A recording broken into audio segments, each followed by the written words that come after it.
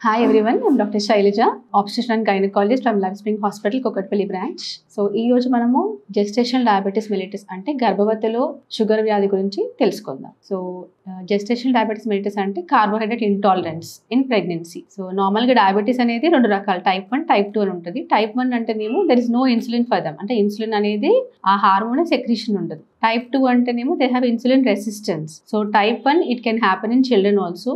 వీళ్ళు ప్రెగ్నెన్సీలో కంటిన్యూగా ఇన్సులిన్ వాడుకోవాల్సి ఉంటుంది ప్రెగ్నెన్సీ మొత్తం కూడా, అండ్ ప్రాపర్ మానిటరింగ్ చేసుకోవాల్సి ఉంటుంది. 90% of diabetes in pregnancy is GDM, and మిగతా 10% మాత్రం it can be type 1 or type 2 diabetes which continues as gestational diabetes. వీళ్ళని PGDM అంటాం, అంటే pre gestational diabetes.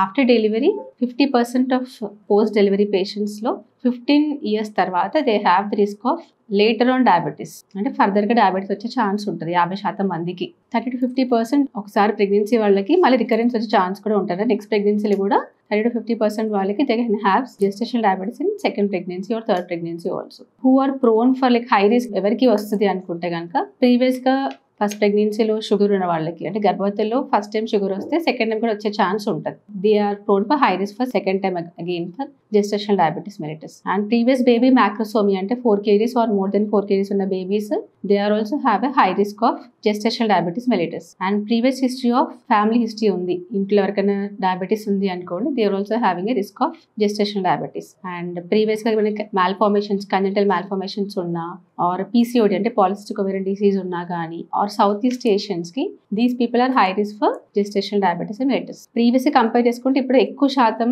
Almost 3 times they are prone to gestational diabetes. ఎందుకు అంటే because of obesity. So pregnant women who are conceiving they are on the higher side of the weight gain, వాళ్ళు చాలా higher side లో ఉంది. అందుకని there is more chance of people getting gestational diabetes. So ఎలా screen చేస్తాం వీళ్ళని? So once female is pregnant, so వాళ్ళకి HbA1c test, అంటే 3 months ప్రీవియస్ గా షుగర్స్ ఎట్లా ఉన్నాయి అనేది HbA1c టెస్ట్ ద్వారా చెక్ చేస్తాము. అది నార్మల్ గా less than 6 ఉండాలి. So if it is less than 6 she is having normal sugars అనమాట. అండ్ మళ్ళీ 16 weeks అంటే 16 వారాలకి 24 నుంచి 28 వారాల లోపు కూడా మళ్ళీ GTT టెస్ట్ అంటే గ్లూకోజ్ టాలరెన్స్ టెస్ట్ చేస్తాము.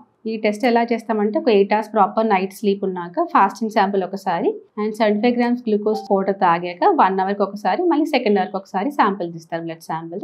అండ్ ఈ వాల్యూస్ అబ్నార్మల్ గా ఉన్నాయి అనుకోండి, then will consider them as gestational diabetes mellitus. So ఈ పేషెంట్స్ కి డీటెయిల్ గా ఎక్స్ప్లెయిన్ చేసి డైట్ ఎలా ఫాలో చేయాలి, వాళ్ళ లైఫ్ స్టైల్ మోడిఫికేషన్స్ ఎలా మార్చుకోవాలి, ఎలా ఎక్సర్సైజ్ చేసుకోవాలని చెప్పి వాళ్ళని మానిటర్ కింద పెట్టుకుంటాం. సో విల్ మానిటర్ దెమ్ మళ్ళీ ఒక 2 weeks 1 week వాళ్ళకి డైట్ ప్రాపర్ ఫాలో చేశాక షుగర్ టెస్ట్ మళ్ళీ చేస్తాం. కంట్రోల్కి వచ్చింది అనుకోండి values, then will as them to continue same things. But if కంట్రోల్కి రాలేదు, like sugar values are still higher side, then will send to proper endocrinologist, sugar డాక్టర్కి పంపించి వాళ్ళ ద్వారా either shall be starting either oral tablets కానీ insulin కానీ start చేసి proper strict మానిటరింగ్లో ఉంచుతాం. ప్రెగ్నెన్సీలో sugar is very silent and very dangerous అని చెప్పొచ్చు. Sometimes it's very harmful for the baby also. So అందుకని స్ట్రిక్ట్ మానిటరింగ్ కింద వీళ్ళకి చెప్తాం. ప్రాపర్గా డైట్ ఫాలో చేయాలి, మెడిసిన్స్ ప్రాపర్గా వేసుకోవాల్సి ఉంటుంది, either insulin or tablets, and they have to check the sugar levels every 2 weeks. So HbA1c values ఒకవేళ మోర్ దెన్ 9, 10, 11 అట్లున్న వాళ్ళకి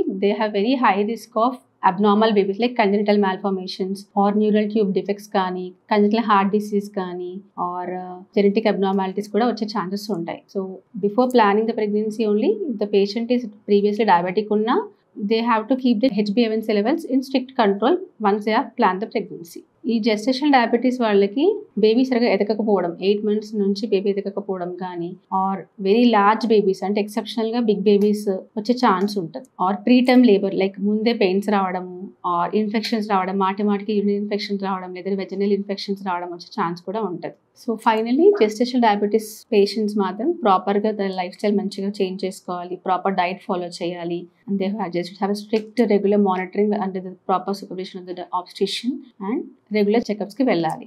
So finally she should have a healthy pregnancy, healthy mother and a healthy baby. మరిన్ని ఆసక్తికరమైన కథనాల కోసం మా ఛానల్ని subscribe చేయండి.